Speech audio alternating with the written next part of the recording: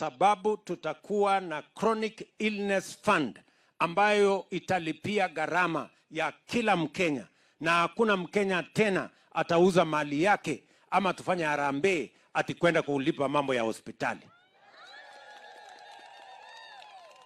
Maajabu ni kwamba kuna watu wameenda kotini ati kusimamisha, ati nyinyi muendelee kulipa 500, ati nyinyi muendelee kuuza mashamba yenu, ati nyinyi muendelee kuuza ng'ombe zenu, ati kwenda kulipa mambo ya hospitali.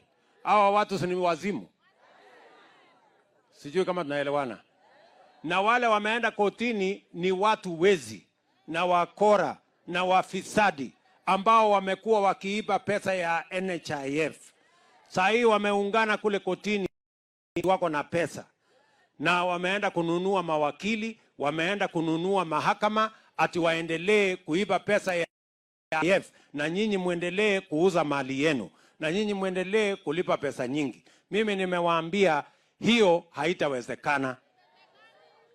Ama namna gani jameni? Si hawa watu ni wakalie ngumu?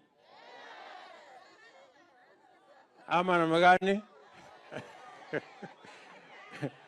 Kwanza nimewaambia, si unajua nilipatiwa kisu kubwa sana huko Kasarani. Kwani mlikuwa mnafikiri ya kukata mboga? Si ni ya kukora na wafisadi wote wapote. Ama namna gani? Na ndio nimewaambia hawa watu, unajua hii Kenya imechelewa miaka nyingi kwa sababu viongozi hawatoi mwongozo. Alafu kuna wafisadi wanaiba pesa ya wananchi. Sasa nimesema mwaka huu sisi tutatoa mwongozo kama viongozi. I am ready to lead from the front because the challenge of Kenya, what has held hostage our country, what has delayed our transformation, is leadership that is incapable of making decisions. This time round, we are going to make those decisions. Vested interests have held our country hostage. Corruption has derailed our progress. We are going to deal with vested interests and we are going to eliminate corruption so that our country can make progress. Tunaelewana jameni? Si hawa watu ni wakalie ngumu mpaka Kenya hii songe mbele? Watu wapotee kabisa.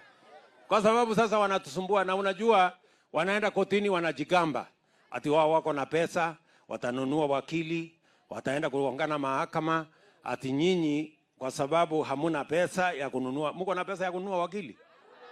Mko na pesa ya kuongana kotini? Ati kwa sababu hamuna hiyo pesa ati watatuzungusha. Mimi nimewaambia hata hawa kama hawana wakili, mimi ndio wakili wao. Na hiyo pesa ya kuhangana huko kotini, sisi tutamaliza ufisadi kotini. Ndio dunia hii iweze kusonga mbele. Watu wa Lamuria mnasema tufanye namna gani? Tuendelee mbele?